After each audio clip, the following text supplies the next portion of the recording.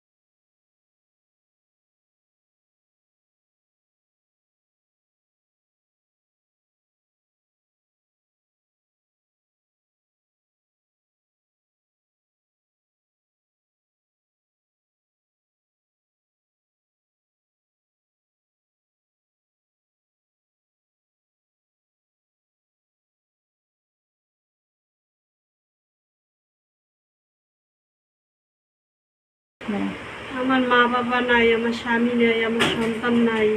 আমার একটা ছোট ভাই আছে, সেও রিস্কে চালাইয়ে খায়, কিন্তু আমি কেউ থেকে সহযোগিতা পাইনি। এই শিশু অধিকার বঞ্চিত শিশু ফাউন্ডেশনে আমি এদেরকে পাইছি, এদেরকে আমি সব কিছু বুঝেই দিয়েছি যে আমার একটু সাহায্য করার জন্য। তাই অনেক করছে, 2 দিনে আমার 15,465 টাকা দিচ্ছে। তাই আরও চাই যেন আমার যেন চিকিৎসাটা ফুল চালাইতে দেয়। আপুটির বাসা হচ্ছে বন্দরটিলা রেইনবো মডেল স্কুলের সামনে। আপনারা যে যার স্থান থেকে একটু আপুটির জন্য, আমাদের অসহায় আপুটির জন্য সহযোগিতা করবেন। লোক আছে,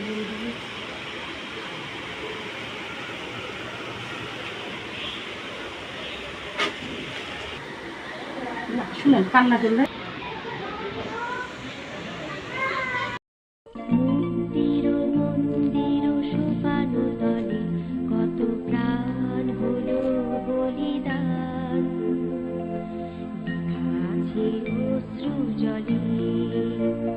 কত বিপ্লবী বন্ধুর রক্তের বন্দিশালা ওই শিকল ভাঙা, কত